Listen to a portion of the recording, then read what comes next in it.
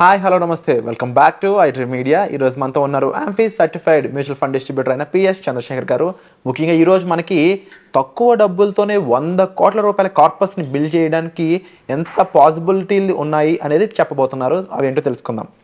నమస్తే సార్. నమస్తే అండి. సార్, చాలామందికి 100 కోట్లు అనగానే అది ఇంప్రాక్టికల్ కదా, ఇది పాసిబుల్ కాదు కదా అనే ఆలోచన వస్తూ ఉంటుంది. But stock market, mutual funds వీటన్నిటిని పాసిబుల్ అని నిరూపిస్తున్న టైం ఇది. సో యాజ్ ఎ ఫండ్ డిస్ట్రిబ్యూటర్గా మీరు చెప్పండి, 100 కోట్లు తక్కువ టైంలో కుదరకపోయినా కనీసం తక్కువ డబ్బులతో చేయగలమా? ఎలా చేయగలం? విరాట్ గారు, స్టాక్స్ గురించి అయితే నాకు తెలీదు. సో నేను దాని గురించి ఏం మాట్లాడను. మ్యూచువల్ ఫండ్స్లో అయితే చేయొచ్చు అండి. మ్యూచువల్ ఫండ్స్లో అయితే పాసిబిలిటీ ఉంది.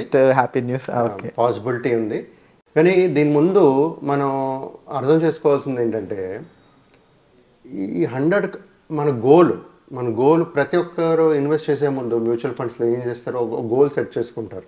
ఏమని రిటైర్మెంట్ అంటారు, ఎడ్యుకేషన్ అంటారు, మ్యారేజ్ అంటారు. కానీ ఇక్కడ మన గోల్ ఏంటంటే ఒక 100 కోట్లు కార్పస్ క్రియేట్ చేయడమే. దేనికోసం అనేది మాట్లాడుకోవట్లే. నా ఫ్యామిలీకి 100 కోట్లు నేను కార్పస్ క్రియేట్ చెయ్యాలి అంతే. మీ రిటైర్మెంట్ తర్వాత మీరు ఎలా బతుకుతారు, మీ పిల్లలకి ఎలా పెళ్లి చేస్తారు, మీ పిల్లలకి ఎలా ఎడ్యుకేషన్ చేస్తారని మాట్లాడట్లేదు. ఇక్కడ 100 కోట్లు నేను నా లైఫ్ జర్నీలో, ఈ జనరేషన్లో 100 కోట్లు కార్పస్ నేను వదిలి వెళ్ళాలి మా పిల్లలకి. రైట్, అది మాట్లాడుకున్నాం సార్ ఇవాళ. సో జనరల్గా ఎవరైనా ఒక ఇన్వెస్టర్ చేయాలి అనుకున్నప్పుడు ఆయన starting earning is at 25 years of age. 25 years age ఒకవేళ ఇన్వెస్ట్ చేసి స్టార్ట్ చేసి ఈ 100 కోట్లు క్రియేట్ చేయాలి అనుకుంటే 35 సంవత్సరాలు ఉంటుంది. 60 years రిటైర్మెంట్కి.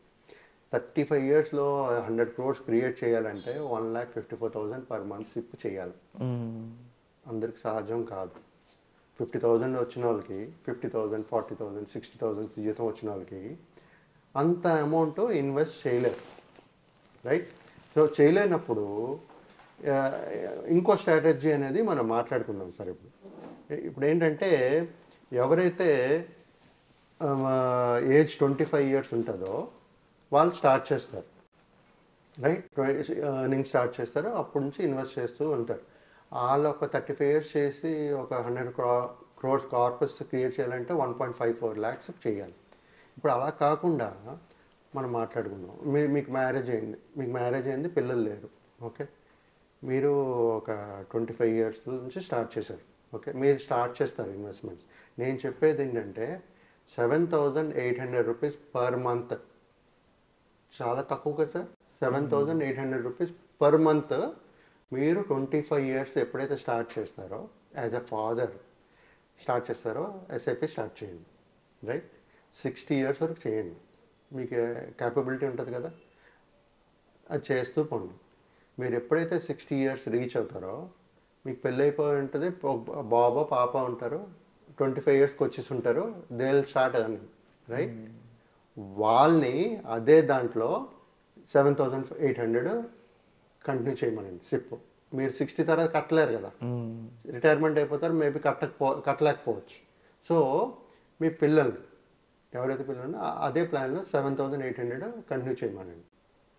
మీరైతే 35 years కట్టారు కదా, వాళ్ళని ఇంకో 25 years కట్టమనండి.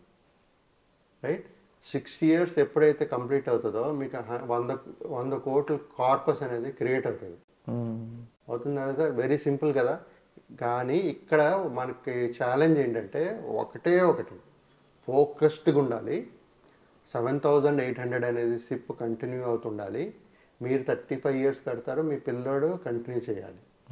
టోటల్ 60 years కట్టాలి. అది కన్సిస్టెన్సీ పోకుండా కట్టాలి.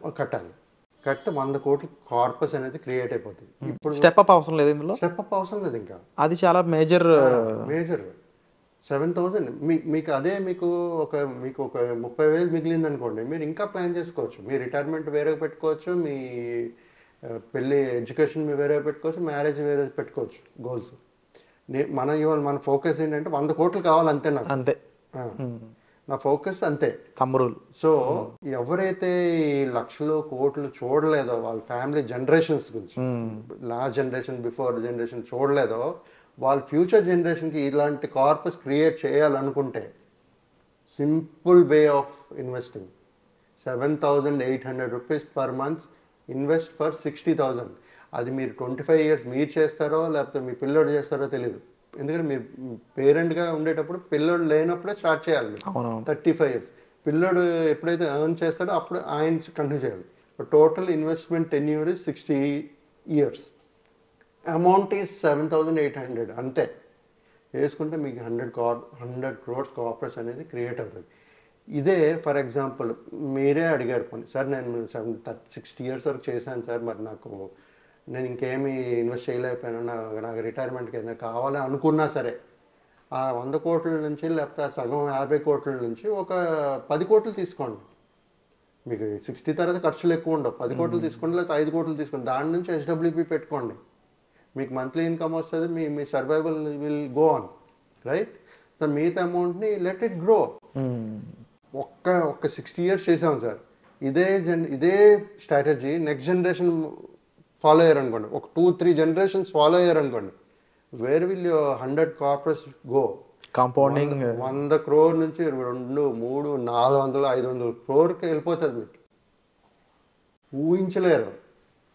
Very simple planning, but discipline, consistency is must.